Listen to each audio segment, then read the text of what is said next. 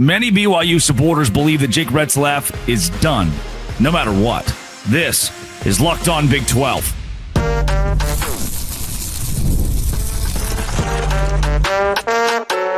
You are Locked On Big 12, your daily podcast on the Big 12 Conference. Part of the Locked On Podcast Network, your team every day. It is Thursday. Welcome into Locked On Big 12. I'm Drake Toll from America's #1 Big 12 podcast, Locked On Big 12. Thank you for making this show your first listen every single day. Many in the BYU community think that Jake Retzlaff has played his final snap for the Cougars, no matter if he's found liable or not. This is not a guilt or innocence. This is not a criminal suit. This is a civil suit where damages will be paid by Retzlaff if he is found liable. No matter what, though, even if he is exonerated of this, the image that this places on BYU, the publicity that this sends toward BYU when the university has so much more to stand for may be damning enough that Retzlaff is not here. I believe the university is fair. I believe the university is just. I also know that this is a community that is the flagship for the world's fastest growing faith, the Church of Jesus Christ of Latter-day Saints. And every misstep you make, every negative headline out there, everything that you do reflects either positively or negatively on that church. When you represent more, when you represent what BYU represents, the onus is even more powerful. It is even stronger to not just do the right thing, but go above and beyond toward the right thing. And let me give a lot of credit to a massive majority of BYU fans who have been so caring and loving toward not just Retzlaff, but specifically the alleged victim. If this is something the BYU athletic department has known about, the Provo police had known about and denied, if this lines up with some of the accusations that have been made, this is a much deeper problem. Like that's one thing I want to make note here. All of this is still alleged. We will certainly find out more in the next few weeks. But if it does come out that the reason they found out Retzlaff had done this, if he's found liable, is because there were other reports against him or other reports against BYU football players, and this is a deeper part of the culture with the football team, I do not think it is. But if that becomes the case, this is one of the most impactful, harmful things that could occur at a university that tries to avoid those two very words because of what it stands for.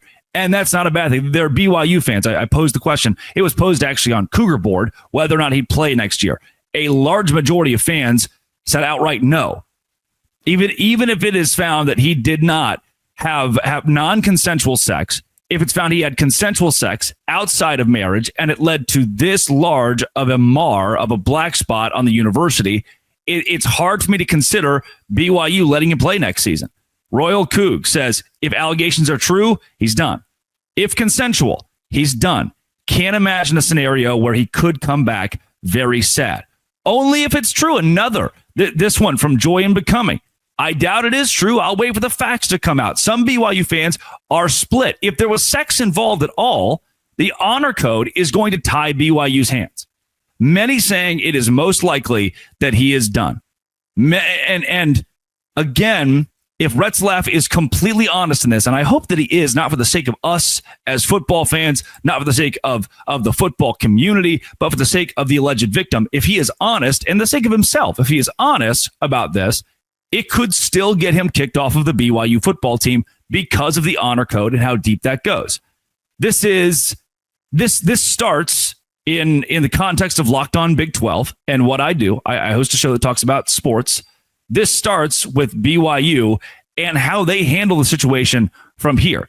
The honor code, the aforementioned honor code, arguably the most critical factor in whether or not he plays.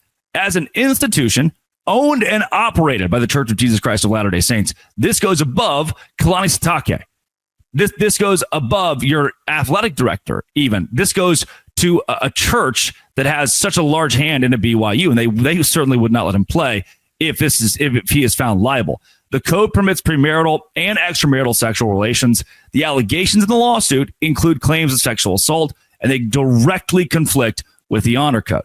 They have their own internal disciplinary processes, too. This is going to be separate from the criminal justice system, separate from civil courts. BYU is going to investigate this based on the honor code and build their own findings. While the civil court might eventually exonerate, BYU won't have to. They enforced the honor code. 2011, Brandon Davies. Honor code violation, sexual conduct, and it demonstrated the university's willingness in the postseason. There was a postseason player trying to lead BYU to a national championship. They suspended him. He was done.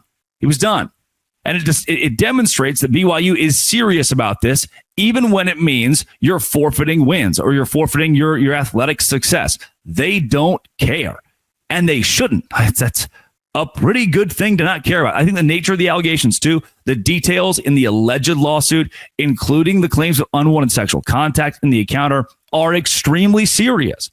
The severity of this, the public airing of allegations, can create an untenable environment for a student athlete, particularly a high-profile quarterback. Regardless of guilt or innocence, the existence of a lawsuit and the public reporting of allegations it alone can cause reputational damage. There will be, and this isn't a reason that Retzlaff shouldn't play for BYU next year, but there will be fans of opposing universities that are holding up signs that are very crass. That are, this will become a storyline that follows BYU football if Retzlaff is there or if he's not. You can't put the toothpaste back in the tube with this being aired out in public. These allegations create tension, division. This is sending shockwaves, I can only imagine, through the locker room. I wonder how the locker room is reacting to this. The passion of BYU fans, many of whom are members of the church, have had strong reactions, mostly toward the positive, mostly thinking of the victim, mostly erring toward love. And the university itself, they can't. If the rumor spreads that, hey, this is something that's happening at BYU, this is rampant, this is more than just a one-off deal, that investigation should be done, right? That those rumors should be taken very, very seriously. And even if it comes out that it's not the case, this is something that BYU needs to avoid altogether. And the fact that they're in the middle of it, it's going to take some really strong evidence in favor of Retzlaff. Hey, she claims it was on this night. Here are my phone records. I wasn't even in Provo that night. It's going to take something along those lines for Retzlaff to come out of this and be in a good spot. Today's show is brought to you by FanDuel. FanDuel is the number one place where I can go to make money on sports wagers. Right now, if you're a new fan to FanDuel, you can sign up, hit a $5 bet, and get $200 in bonus bets. That's right. If your first $5 bet hits, you get $200 in bonus bets. You look at which players are showing up in the biggest moments in the NBA playoffs and track their trends to build your next bet. That is all with the help of FanDuel, who also lets you build live same-game parlays and prop parlays.